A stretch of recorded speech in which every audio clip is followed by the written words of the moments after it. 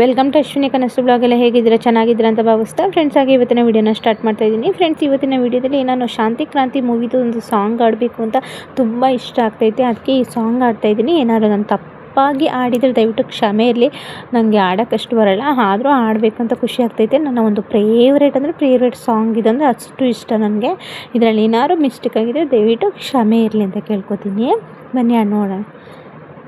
ಹುಟ್ಟೋದ್ಯಾಕೆ ಸಾಯೋದ್ಯಾಕೆ, ಏನಾದರೂ ಸಾಧಿಸಿ ಹೋಗೋಕೆ. ಓ ಓ ಅಳೋದ್ಯಾಕೆ ನಗೋದ್ಯಾಕೆ, ಹೇಗಾದರೂ ನೋವನ್ನು ಮರೆಯೋಕೆ. ಓ ಓ ಹುಟ್ಟೋದ್ಯಾಕೆ ಸಾಯೋದ್ಯಾಕೆ, ಏನಾದರೂ ಸಾಧಿಸಿ ಹೋಗೋಕೆ. ಒಳ್ಳೆಯ ಜನರು ಭೂಮಿಯ ಮೇಲೆ ಪ್ರತಿದಿನ ಹುಟ್ಟೋದಿಲ್ಲ, ಹೋರಾಡೋ ಸದಾಕಾಲ ಸತ್ತವರಂತೆ ಬಾಳೋದಿಲ್ಲ.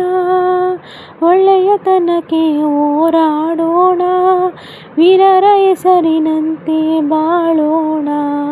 ಕ್ರಾಂತಿಯ ಬೇಲಿಯನ್ನು ಹಾಕೋಣ, ಶಾಂತಿಯ ಹೂಗಳು ಬೆಳೆಸೋಣ. ಹುಟ್ಟೋದ್ಯಾಕೆ ಸಾಯೋದ್ಯಾಕೆ, ಏನಾದರೂ ಸಾಧಿಸಿ ಹೋಗೋಕೆ. ಓ ಓ ಅಳೋದ್ಯಾಕೆ ನಗೋದ್ಯಾಕೆ, ಹೇಗಾದರೂ ನೋವನ್ನು ಮರೆಯೋಕೆ. ಓ ಓ ಬರೀ ಬೆತ್ತಲೆ ಜನರ ನಡುವೆ ಬಟ್ಟೆ ತೊಟ್ಟರೆ ಮಣನೆ ಇಲ್ಲ. ಮಾನವರೆಲ್ಲ ದಾನವರಾಗಿ ಪ್ರೇಮವು ಕೊಂದರೆ ಶಿಕ್ಷೆಯೇ ಇಲ್ಲ. ಧರ್ಮವು ಕಳಿಸಿದರೆ ಕಾವಲುಗಾರನೇ ಸೆರೆಮನೆಗೆ. ಒಳ್ಳೆಯತನವು ತುಕಡಿಸಿದರೆ ದೋಚುವ ಚೋರರು ಅರಮನೆಗೆ. ಹುಟ್ಟೋದ್ಯಾಕೆ ಅಳೋದ್ಯಾಕೆ, ಏನಾದರೂ ಸಾಧಿಸಿ ಹೋಗೋಕೆ. ಓ ಓ ಅಳೋದ್ಯಾಕೆ ನಗೋದ್ಯಾಕೆ, ಹೇಗಾದರೂ ನೋವನ್ನು ಮರೆಯೋಕೆ. ಓ ಓ ಫ್ರೆಂಡ್ಸ್, ಈ ಸಾಂಗ್ ಇಷ್ಟ ಆದರೆ ಲೈಕ್ ಮಾಡಿ, ಕಮೆಂಟ್ ಮಾಡಿ, ಹಾಗೆ ಸಬ್ಸ್ಕ್ರೈಬರ್ ಮಾಡಿಕೊಂಡು ಪ್ಲೀಸ್ ಸಪೋರ್ಟ್ ಮಾಡಿ ಅಂತ ಹೇಳ್ತೀನಿ. ಯಾಕಂದರೆ ನಮಗೆ ಅಷ್ಟೆಲ್ಲ ಒಟ್ಟಲ್ಲಿ ಈ ಸಾಂಗು ಒಂಥರ ಕೇಳ್ತಾ ಇದ್ದರೆ ಮನಸ್ಸಿಗೆ ತುಂಬಾ ಖುಷಿ ಆಗ್ತಾ ಇರ್ತದೆ.